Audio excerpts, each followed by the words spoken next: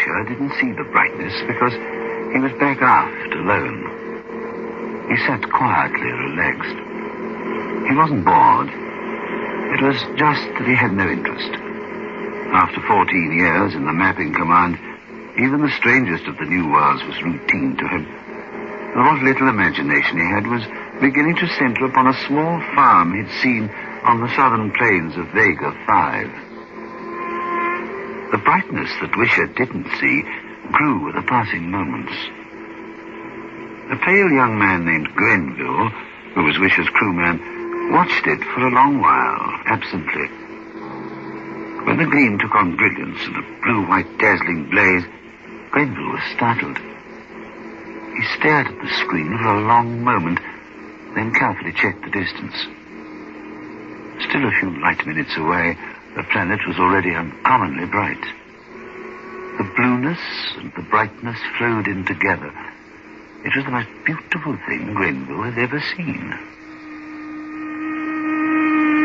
SF68. SF68. SF68.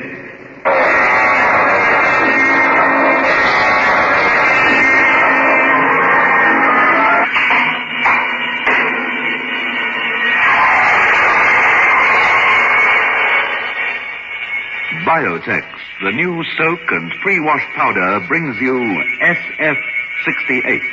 Stories which plunge vividly into other worlds, other dimensions, other times. SF68.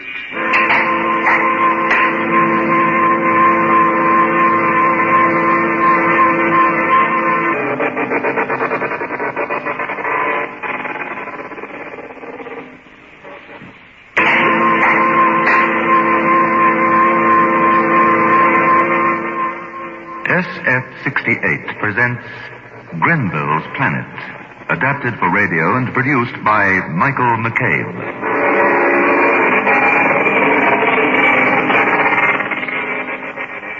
Grenville's Planet.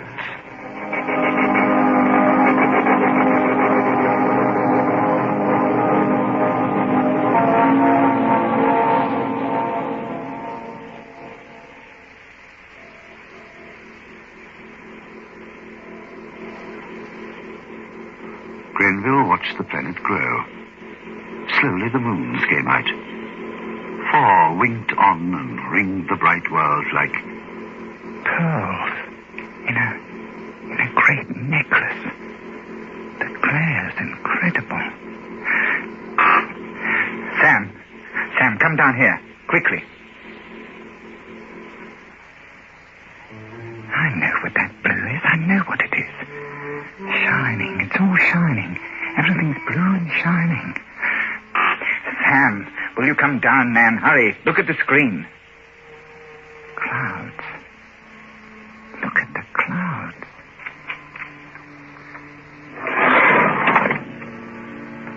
Sam, look. Isn't it beautiful? See? Whew. Well, I'll be. It's blue. The entire world's blue.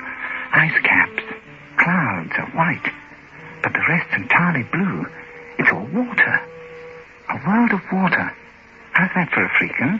1 in a million, right? I bet you never saw anything like that.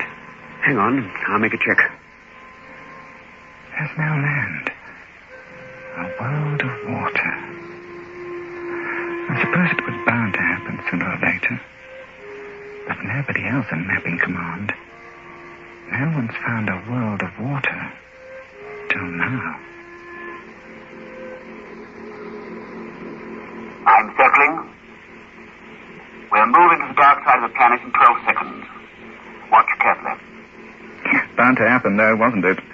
Considering Earth, which is a land area covering only 1/4, and when you consider the odds, chances are that there are quite a number of planets with scarcely any land area at all. Let's clear down. Down? Down where? Down low. I want to see what's living in that ocean.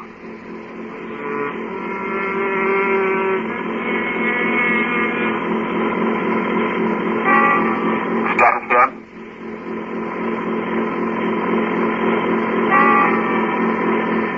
Below cloud region.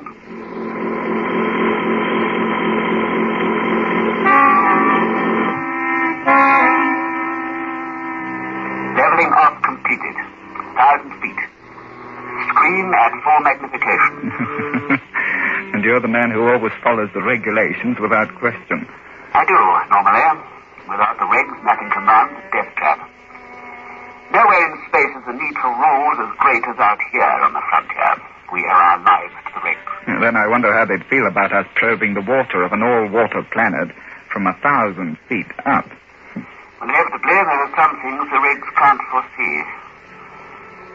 All planets are new, but this one's newer than all the rest. Extra different. It's all water. Nothing. Nothing at all. No fish. No seaweed.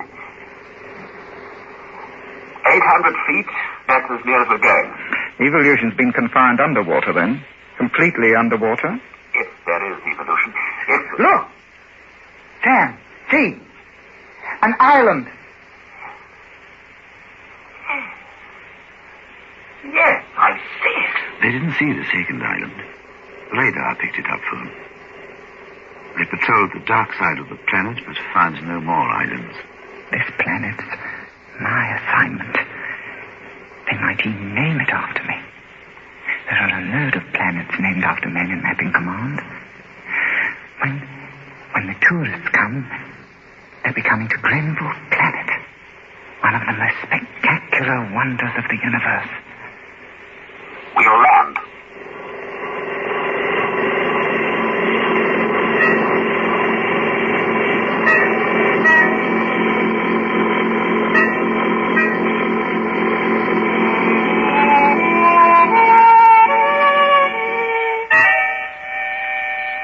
Peculiar? What is? I don't know. Doesn't feel right.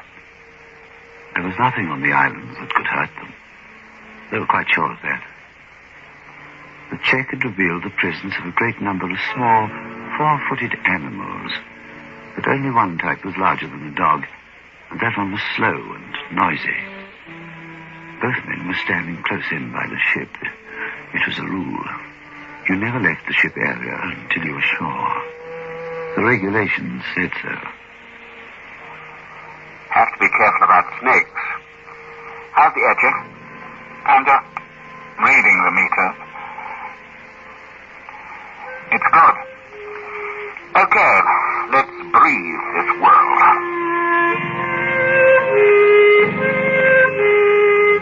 It's good. It is good. Queer sand. Red. Red and warm. You can't call the vegetation jungle. Everything's too stiff. Unreal, sort of. Nothing over 10 feet. Everything's sort of... Regular. Yeah, I noticed. And so they explored. We sure began to feel more confident. They had their rifles. They had the ship and the alarm system. There was nothing that could harm them. The day passed. Just before twilight, 2 of the moons came out. Moons. What? I was just thinking... What about the moons? I wasn't thinking about them exactly. I was thinking about the tide. 4 good-sized moons in conjunction could raise one heck of a tide. So? That's probably where the land went. I'll let the technicians worry about all that. No, it's just that these islands have no right to be here at all. 4 moons. They could produce tides that would wash continents away. Or maybe the tides are far apart, centuries apart. Huh? Evolution. 1 billion years underneath the sea, with no land to take the first developing mammals. I wonder what's going on this minute underneath all that water. When they went into the ship for the night, we sure didn't need the regulations to tell him to seal the airlock and set the alarm screens.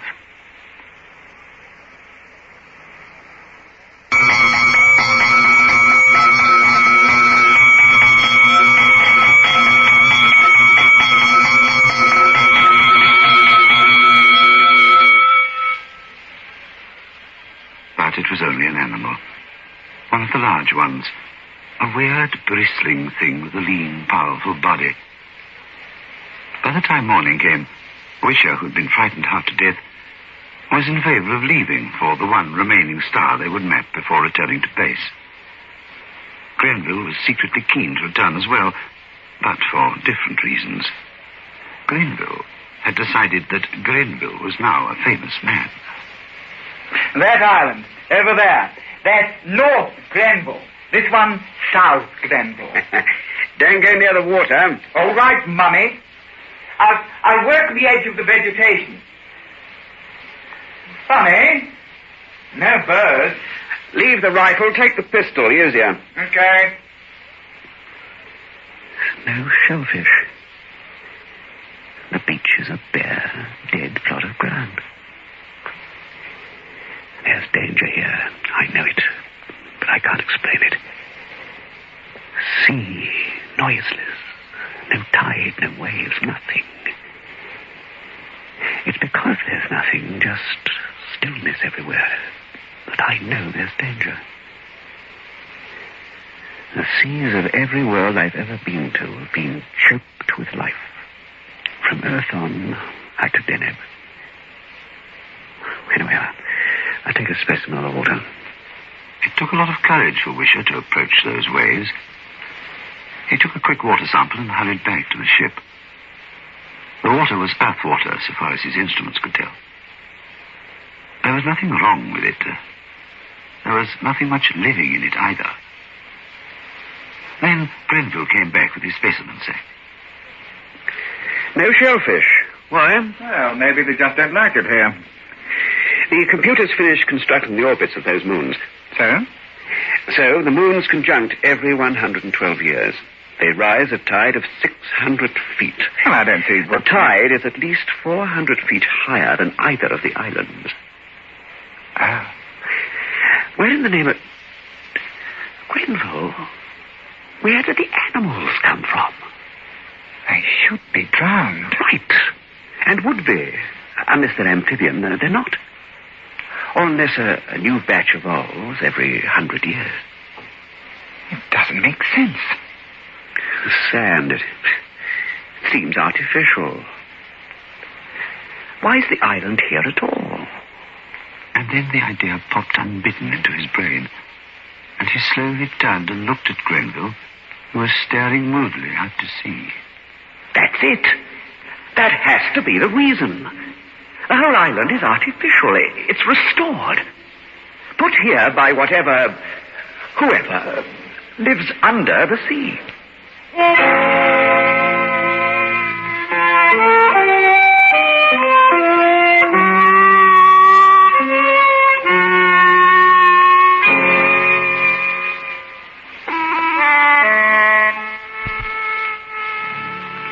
Well?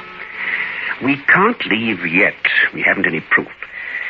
Besides, there hasn't been any manifestation of danger. We've got enough proof for me. It's easy to understand, isn't it? Evolution kept on going, changing, like it's done everywhere else in the universe. Only here, where the mammals began coming up onto the land, they had no room to expand. They were being washed away all the time. Every 100 years, the continents were worn down below sea level. But evolution never stopped. It continued underneath the sea. It eventually came up with an intelligent race. Heaven knows what they are or how far they've progressed. They must be pretty highly evolved. They couldn't have done something like this. There's no way of telling. The Egyptians built the pyramids. Tougher job than this. You can't tell from the islands how far advanced they are. Zoo? What? Zoo. Things under the sea, perhaps. This.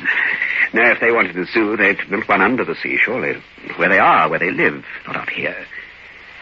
They'd have their zoo out underneath the water, where they could travel with ease, with animals in airtight compartments or something. If there is anything living under the sea. Gren, there's got to be. Otherwise, how do you explain this?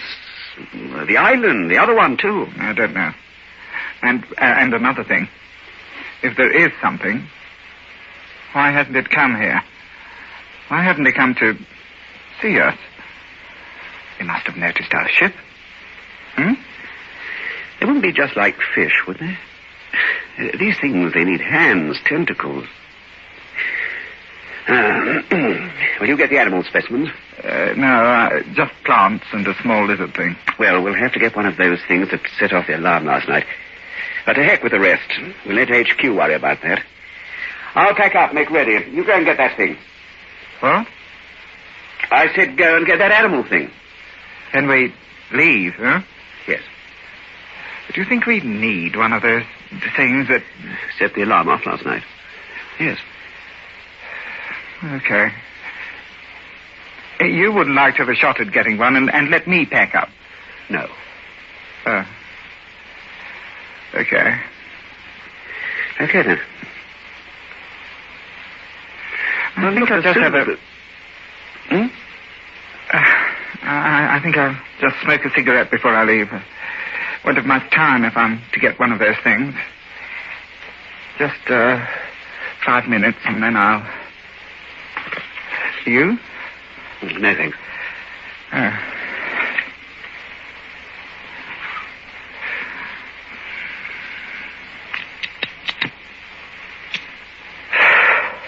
Queer. Huh? The whole place. It's queer. It's the queerest world I've ever been on. You know, usually there's all sorts of things. You know, different, of course, because every world's different, but somehow identifiable. You know, you can relate the things you find, discover, with other things, on Earth or Deneb or Helestra or... You know. But here... There's hardly any insects, you notice that? And all that still sea out there. On Earth, any place on the whole planet, there'd be seabirds flying about, calling, little crabs scuttling about the sand, seaweed, everything you can think of. But here, it's like a kid's toy. A model. Grenville, of course, was talking for the sake of talking. He didn't want to go and hunt the animal. He wasn't afraid of the animal, of course. He'd hunt a larger, more dangerous specimens to take back to Earth for the scientists. I mean, intuition. Sometimes, surely, intuition's enough. If a man feels there's danger, feels something somewhere is not good, then it'd be stupid to wait till he gets his head knocked off to prove it. See what I mean? No. I was afraid you wouldn't. Oh, I see what you mean, of course, but what'd you do? A cigarette, a burnt knife. Enjoyed that. Okay, go and get one of those things. Okay, then we'll scoot. Yes, okay. Right, see you. And Grenville turned and struck off automatically down the beach. He never came back.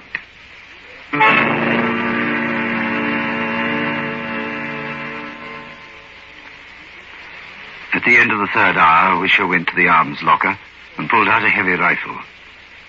Then he went outside the ship again and waited. If Grenville comes back before me, it'll be all right. Because the alarm's set to deactivate when it registers the sound pattern of either of our voices. If he comes back and doesn't see me, he'll know the alarm's on.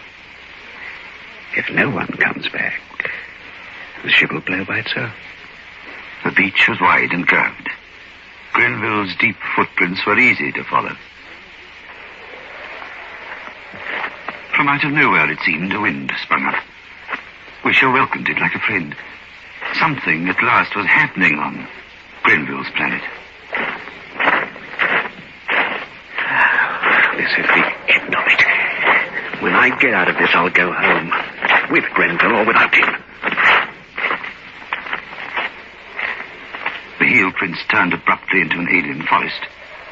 Wisher walked some distance farther on to a relatively clear space.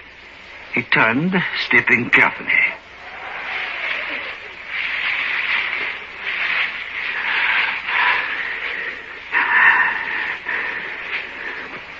He started to circle the spot where Grenville had gone in. The water around him was soggy, sterile. Something's at the ship. ship can take care of itself. Me, another 5 minutes and then... Grenville, my lad, I'm sorry. Very sorry.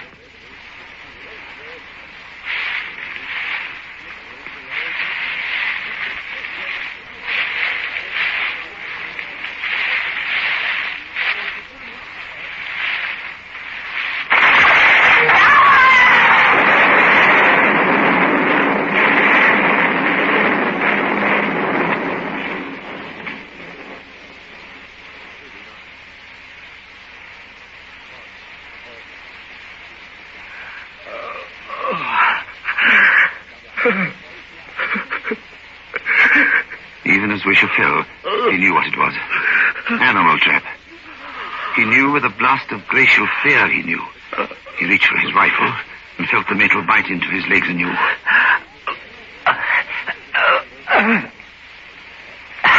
But the rifle was beyond him.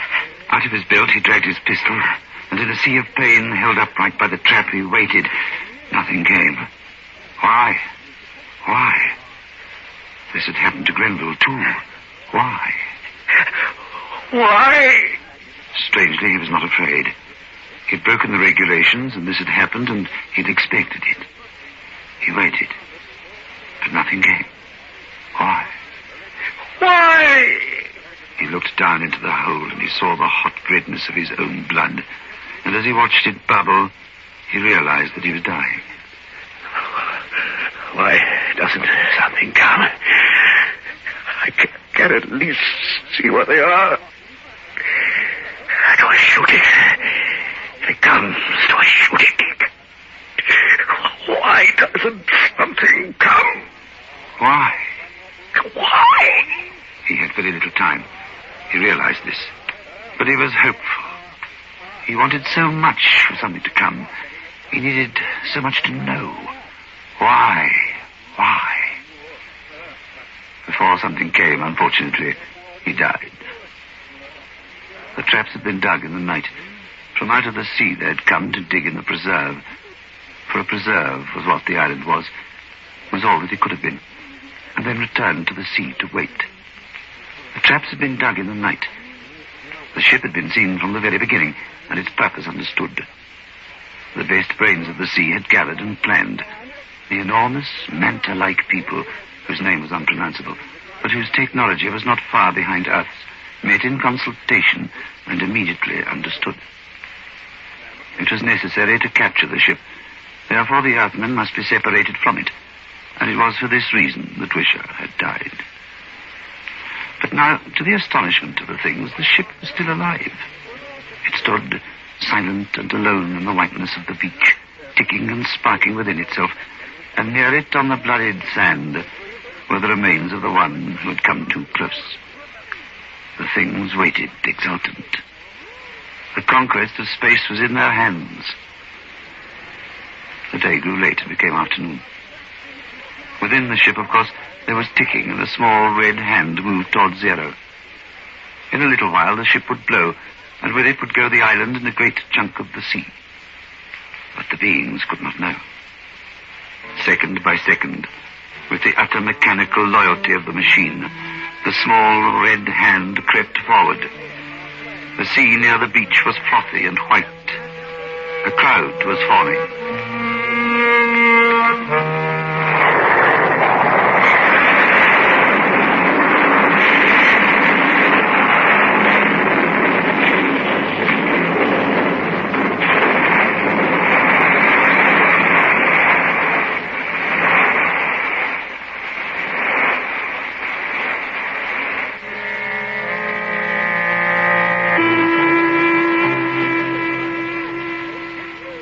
Grenville's Planet, which was the final story in the present series, was adapted for broadcasting and produced by Michael McCabe. Next Friday evening at 9:30, we shall be presenting the first program in Beyond Midnight. Most people enjoy being frightened, don't they? Beyond Midnight deals with the unknown, with the ghostly. And the first program is on the air at 9:30 next Friday night.